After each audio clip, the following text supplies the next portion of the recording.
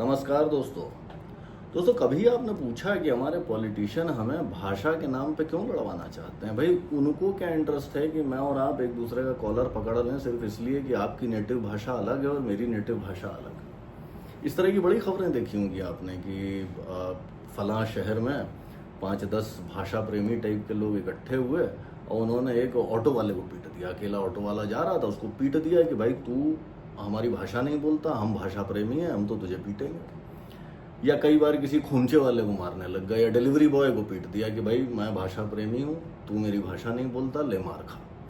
और आजकल तो ये ट्रेंड हो गया है कि बैंकों में घुस जाते हैं, बैंक के कर्मचारियों को पीटने लगते हैं कि भैया हम भाषा प्रेमी हैं, तुम भाषा नहीं बोलते, चलो मार खाओ। अब अगर आपको ये लगता है कि ये सब कुछ ये भाषा प्रेम के भावातिरेक में जब वो ओवरफ्लो होने लग रहा है तो वैसा कर रहे हैं, तो ऐसा नहीं है। देखिए, ये जो भाषा प्रेमियों का जो इकोसिस्टम है, अक्सर इसमें 3 प्रकार के लोग होते हैं। एक तो जो मार पिटाई करने वाली जो टीम है, ज़्यादातर लोग उसमें जॉबलेस टाइप के लोग होते हैं, ना तो कोई प्रॉमिसिंग करियर होता है, ना आमदनी का स्थिर जरिया होता है।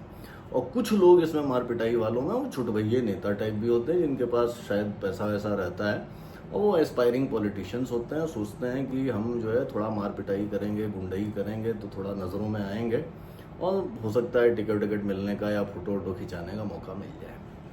और इनके ऊपर एक ऑब्वियसली पॉलिटिशियन होता है जिसका इनके ऊपर हाथ रहता है, थोड़ा इंस्पिरेशन इंस्टिगेशन भी रहता है, थोड़ा सपोर्ट भी किया जाता है, थोड़ा बाकी लॉ एंड ऑर्डर मशीनरी से बचाया भी जाता है। अब इन तीनों खिलाड़ियों में, तीनों टाइप के खिलाड़ियों में एक्चुअल भाषा प्रेम की क्या स्थिति है, इसका अंदाज़ा तो आपको सिर्फ इस चीज़ से लग जाएगा कि ये जो भाषा प्रेमियों का जत्था है, जॉबलेस भाषा प्रेमियों का, इनमें भी अगर आप देखें, जिस व्यक्ति के पास इतना पैसा आ जाता है कि वो अपने बच्चे को अंग्रेजी स्कूल में पढ़ा सके, फिर वो अपने लोकल भाषा के स्कूल में नहीं पढ़ाता अपने बच्चे को। यानी भाषा प्रेम तो है, लेकिन वो प्रेम अंधा नहीं है। जहाँ बच्चे के भविष्य की बात आएगी, हम उसे अंग्रेजी स्कूल में ही पढ़ाएंगे, बाकी टाइम हम भाषा प्रेम का झंडा लेकर के चलेंगे। ऑब्वियसली जो छुटभैया होता है उसके पास तो पैसा रहता ही है, तो वो भाषा के स्कूल में, लोकल भाषा के स्कूल में पढ़ेगा, इसका तो सवाल ही नहीं होता। और जो पॉलिटिशियन है उसका तो बच्चा आपको इंडिया में पढ़ता नहीं दिखाई देगा। भाई जो हार्वर्ड या ऑक्सफोर्ड वगैरह पहुंच पाएंगे वो वहाँ पहुंच जाएंगे, जिनके पास अपने माँ बाप के तमाम कनेक्शंस और पैसे का इस्तेमाल करने के बाद भी हार्वर्ड और ऑक्सफोर्ड पहुंचने की कैपेबिलिटी नहीं रहेगी, वो यूएस यूके की किसी छोटी कोने क्षेत्र वाली टाइप की यूनिवर्सिटी से डिग्री लेकर के आएंगे, तो वो लोकल भाषा में नहीं पढ़ेंगे। तो इसलिए ऐसा नहीं है कि इस सब के पीछे भाषा का प्रेम जो है उसका सागर हिलोरे मार रहा है और वो उमड़ रहा है और वो ओवरफ्लो हो रहा है। अब भाषा प्रेम अगर नहीं है तो फिर क्यों है? पॉलिटिशियन क्यों ये भाषा की लड़ाइयाँ लड़वाना चाहता है? और अगर इस सवाल को ध्यान से देखें तो आप पाएंगे कि यार ये तो बड़ा स्टूपिड सा सवाल है। मतलब that is almost like asking a cow कि भैया तुम घास क्यों खाती हो? भाई बड़ा कॉम्पिटिटिव धंधा है पॉलिटिक्स, और हाई स्टेक्स धंधा है, कॉस्ट है, पैसे काफ़ी लगते हैं, और अगर आप जीत गए तो फिर आप हिंदुस्तान में किसी भगवान से कम नहीं है, और अगर आप हार गए तो ऑब्वियसली सारा का सारा पैसा आपका पानी में चला गया। तो ऑब्वियसली ऐसे high risk high return game में पॉलिटिशियन तो वो सब कुछ करेगा जो उसको लगता है कि उसको आगे बढ़ने में हेल्प करेगा। लेकिन भाषा की लड़ाइयाँ किस तरह से हेल्प करती हैं? अगर आप ध्यान से देखें तो कम से कम 3 चीज़ें आपको यहाँ दिखेंगी जो भाषा की लड़ाई में बड़ी इफेक्टिवली मिल जाती हैं। पहली चीज़ तो है विजिबिलिटी। भाई मान लीजिए कि मैं एक पॉलिटिशियन हूँ और मैं अपने गांव क्षेत्र में या अपने शहर में लोगों की बड़ी मदद करता हूँ और इंफ्रा पे बड़ा ध्यान देता हूँ और हेल्थ और एजुकेशन के ऊपर और जॉब्स के ऊपर मैंने बड़ा काम किया है। आपको मेरे बारे में अखबार में एक भी स्टोरी नहीं मिलेगी, एक भी ट्विटर ट्रेंड नहीं मिलेगा। लेकिन अगर मैं अपने 10-5 चंपुओं को ले जा करके और उनको भाषा प्रेमी वाले कपड़े पहना के किसी ऑटो वाले को या ठेले वाले को या फल वाले को पिटवा देता हूँ कि भाई तेरी भाषा गलत है या तेरी शक्ल गलत है या तेरा नाम गलत है या तेरे नाम का लेबल गलत है, तो फिर मैं न्यूज़ में आ जाऊँगा, ट्विटर पे ट्रेंड भी चलने लगेगा और हो सकता है कुछ एक लोग मुझे सपोर्ट करने भी आ जाए। तो अब क्लियरली न्यूज़ साइकिल्स में आपको रहना है तो आपको इस तरह के खुराफाती काम करने ही पड़ेंगे। अच्छे काम करके स्टोरी तो बनती नहीं। और ऑब्वियसली तमाम जो जो कम्युनिकेशन एक्सपर्ट्स हैं वो ये चीज़ मानते हैं कि बैड पब्लिसिटी जैसी कोई चीज़ नहीं होती। आप back of the mind recall के लिए आपका नाम होना चाहिए न्यूज़ साइकिल्स में, स्टोरीज चल रही होनी चाहिए। वो स्टोरी नेगेटिव है पॉजिटिव है उससे उतना फर्क नहीं पड़ता।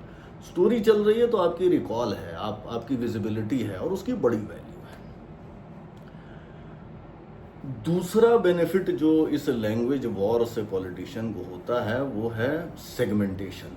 अब सेगमेंटेशन बिजनेस स्ट्रेटजी की बड़ी सिंपल सा आइडिया है। वो ये कहता है कि भाई अगर ये पूरा बड़ा मार्केट है, जैसे टूथब्रश का मार्केट पकड़ लें कि ये पूरा जो है मार्केट है टूथब्रश का, इतने सारे लोग टूथब्रश खरीदते हैं। अब अगर मैं टूथब्रश बनाने वाली कंपनी हूँ तो मेरे लिए बेस्ट चीज़ क्या है कि मैं इस मार्केट को सेगमेंट करूँ। मैं ये कहूँ कि नहीं, मैं छोटे बच्चों के टूथब्रश बनाने का एक्सपर्ट हूँ, मैं छोटे बच्चों का टूथब्रश बनाता हूँ। और मैं उसमें जो है अच्छे मिकी माउस और वो कार्टून और नोबिता वगैरह के शेप्स दे दूँ, और वो टूथपेस्ट को थोड़ा सा जो है और टूथब्रश को थोड़ा सा फनी टाइप के कलर का कर दूँ। मैं ऐसा भी कर दूँ कि उसको आपको ब्रश करते समय कुछ कुछ गाना या आवाज़ आने लगती है, कुछ फनी चीज़ें होने लग जाती हैं। मैं एक स्पेशलाइज्ड टूथब्रश ऑफर कर रहा हूँ एक लिमिटेड सेगमेंट के लिए, यानी पूरे बड़े मार्केट को आपने किसी बेसिस पर सेगमेंट किया, छोटा किया, काटा, और उस सेगमेंट का जो आपने सेगमेंट चूज़ किया उसमें जितने लोग आ रहे हैं उनको आप केटर कर रहे हैं। तो पूरी वोटर्स की जो जनसंख्या है, विजिबल आइडेंटिटी, उसको सेगमेंट करने का बड़ा आसान तरीका, बड़ा अच्छा तरीका हो जाता है कि भाई भाषा के नाम पे मैंने सेगमेंट कर दिया, लोकल भाषा वर्सेस नॉन लोकल भाषा। अब मैं ये कह रहा हूँ कि मैं लोकल भाषा वालों को का अच्छा पॉलिटिशियन हूँ। ठीक उसी तरह जैसे वो टूथब्रश बनाने वाली कंपनी कह रही थी कि मैं भैया सबको केटर नहीं करता, मैं केवल बच्चों के लिए टूथब्रश बनाता हूँ। या इसी तरीके से धर्म के नाम पे सेगमेंट करना भी बड़ा आसान होता है, क्योंकि एक तो हर आदमी का धर्म या हर आदमी की नेटिव भाषा क्लियर है, फिक्स्ड है, और तुरंत पता चल जाता है। अच्छा, हमें परसेंटेजेस भी पता होते हैं, हमें ये भी पता होता है कि इस एरिया में या जिस एरिया में भी मैं अपनी राजनीति चमकाना चाहता हूँ, जिस क्षेत्र में, वहाँ पे ये कितना बड़ा सेगमेंट है, लोकल भाषा बोलने वालों की संख्या कितनी है। तो वो सेगमेंटेशन जो है, जिस एक तो क्लियर सेगमेंटेशन हो जाता है, तू लोकल भाषा का है, तू लोकल भाषा का नहीं है। दूसरा, मैसेजिंग बड़ी आसान हो जाती है कि हम तो भैया लोकल भाषा वालों के ही लिए काम करते हैं।